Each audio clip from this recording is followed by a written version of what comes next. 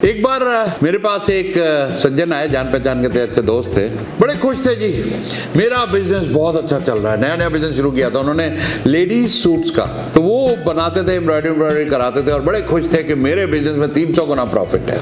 मैं कहा अच्छा, पेमेंट कितने दिन में आती है? बोले 90 दिन में। मैंने कहा तुम अपने कारीगरों को कैसे पेमेंट करते हो? बोले कि मैं तो हर शनिवार को पेमेंट करता हूँ। अच्छा, कपड़े वालों को कैसे करते हो? मटेरियल वालों को? बोलो वो भी ले ही जाते हैं डिलीवरी पे पैसा, तो उधारी तो देते नहीं क्योंकि सारा इंपोर्टेड कपड़ा है, इंपोर्टेड सामान है, बीट्स है, सीक्वेंस है, ये सब है। मैंने कहा भाई बड़े खतरे में हो।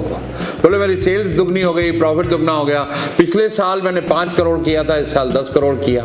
पिछले साल मैंने सब खर्चे वर्चे निकाल के 1 करोड़ से ज़्यादा कमाया था, इस बार 2 करोड़ कमाया। मैंने कहा पैसे कितने हैं तेरे पास? बोले पैसे तो नहीं है मेरे पास। वो पैसे कहाँ गए जब इतना कमा रहे हो? बैंक का लोन क्यों बढ़ गया तुम्हारा? बोले यार पैसे तो ग्राहकों के पास है, वो पेमेंट आती रहती है, अपना सर्कल चलता रहता है उससे। मैंने कहा एक दिन देखना, ये 90 दिन 120 दिन होगा, 150 दिन होगा, 180 दिन होगा, साल हो जाएगा, पता नहीं लगेगा, और तुम बैंक से अपनी वर्किंग कैपिटल को फंड करने के लिए और पैसा उधार लेते रहोगे। और ऐसा बहुत लोगों के साथ होता है, शायद आपके साथ भी हो रहा हो कि अगर आप उधारी बहुत देते हैं, आपका प्रॉफिट बहुत हो रहा है। लोग अक्सर कहते हैं मेरा बिजनेस प्रॉफिटेबल है। मैं कहता हूँ प्रॉफिट डेंजरस हो सकता है। प्रॉफिट क्या डेंजरस हो सकता है? कोई मानने को तैयार नहीं, क्योंकि प्रॉफिट जब होता है तो सरकार आती है, भैया मुझे टैक्स ज़्यादा चाहिए। अच्छा, एम्प्लॉय भी कहते हैं भैया तनख्वाह बढ़ाओ, इतना प्रॉफिट कमाए हो, लेकिन पैसा तो है नहीं। पैसा कहाँ है? पैसा बाजार में लगा हुआ। तो सबसे इंपॉर्टेंट बात है आपका फ्री कैश फ्लो, कि लेनदारी देनदारी के बाद आपके पास पैसा कितना बचा। मान लीजिए आपके पास इस महीने 1 करोड़ की पेमेंट आई और आपकी देनदारी 3 करोड़ की है, तो आपका कैश फ्लो नेगेटिव है, आपके पास पैसा नहीं है भैया, फ्री कैश फ्लो नहीं है, आप बहुत बड़े खतरे में है। अब वो 2 करोड़ के लिए आप या तो बैंक से लोन लेंगे, या अपने दोस्तों यारों से उधारी लेंगे, या अपने सप्लायरों की पेमेंट डिले करेंगे। तो उसके लिए जरूरी कि आप अपने कैश फ्लो पे कड़ी नजर रखें, क्योंकि कैश फ्लो नहीं है तो मैंने बड़े बड़े लोगों को बैंकक्रप्ट होते देखा है, बिजनेस खत्म होते देखा है। नॉट बिकॉज कि उनकी सेल्स नहीं बढ़ रही है, नॉट बिकॉज कि उनके प्रॉफिट नहीं बढ़ रहे हैं, इसलिए कि उनके पास कैश नहीं है। तो आपका पहला काम है कि हर महीने अपनी बैलेंस शीट बनाइए। अपनी बैलेंस शीट बनाइए कि आपका P&L, आपका प्रॉफिट एंड लॉस कितना हुआ है। वहां से आपको अपने प्रॉफिटेबिलिटी पता लगेगी। तो हमेशा अपने ग्रॉस प्रॉफिट पे काम करिए। एक कंपनी मेरे पास कोचिंग के लिए आई थी, उनका ग्रॉस प्रॉफिट था 25%। मैंने कहा भाई तुम जब माल बेचते हो ग्राहक को, एक्सपोर्ट में थे, मैंने कहा जब ऑर्डर लिखते हो कितना लिखते हो ग्रॉस प्रॉफिट? बोले 45%। मैंने कहा बैलेंस शीट क्यों दिखा रही 25%? तो जब हमने गहराई से उस पर डेटा देखा, एक एक ऑर्डर को उठा के, तो परचेजिंग में लोचा था, परचेजिंग महंगी हो रही थी। तो हमने ERP सॉफ्टवेयर के जरिए परचेजेस को कंट्रोल किया कि भैया आप उसमें टारगेट लिख दीजिए।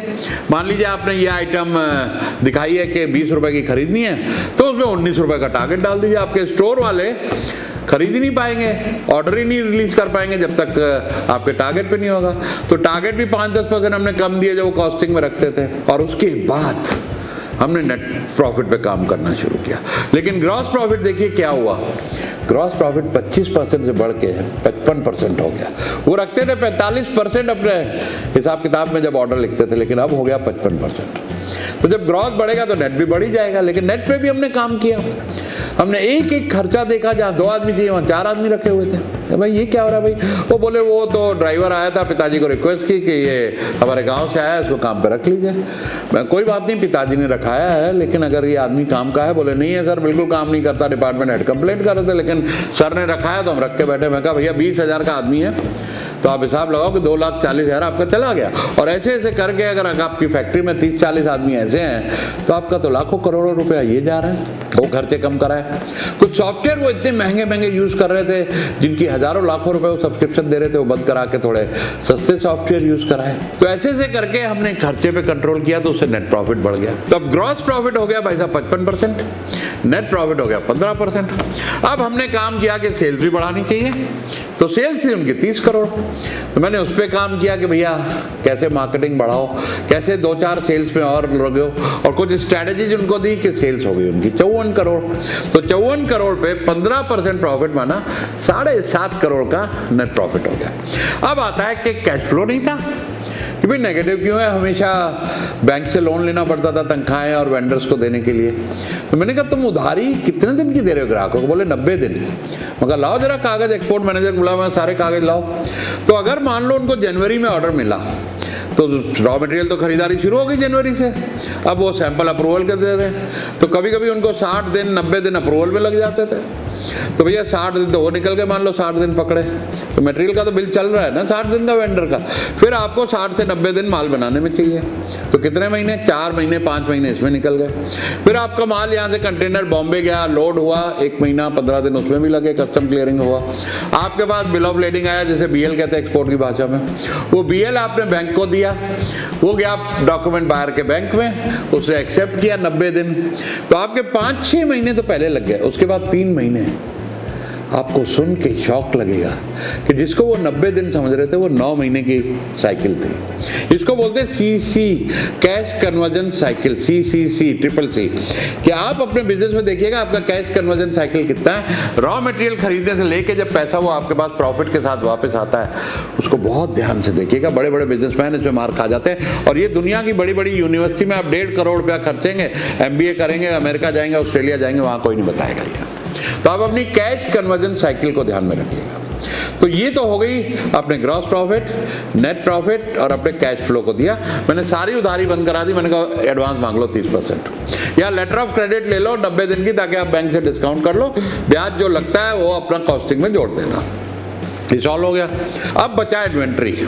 तो मैंने देखा 2 करोड़ की भैया डेड इन्वेंट्री पड़ी है।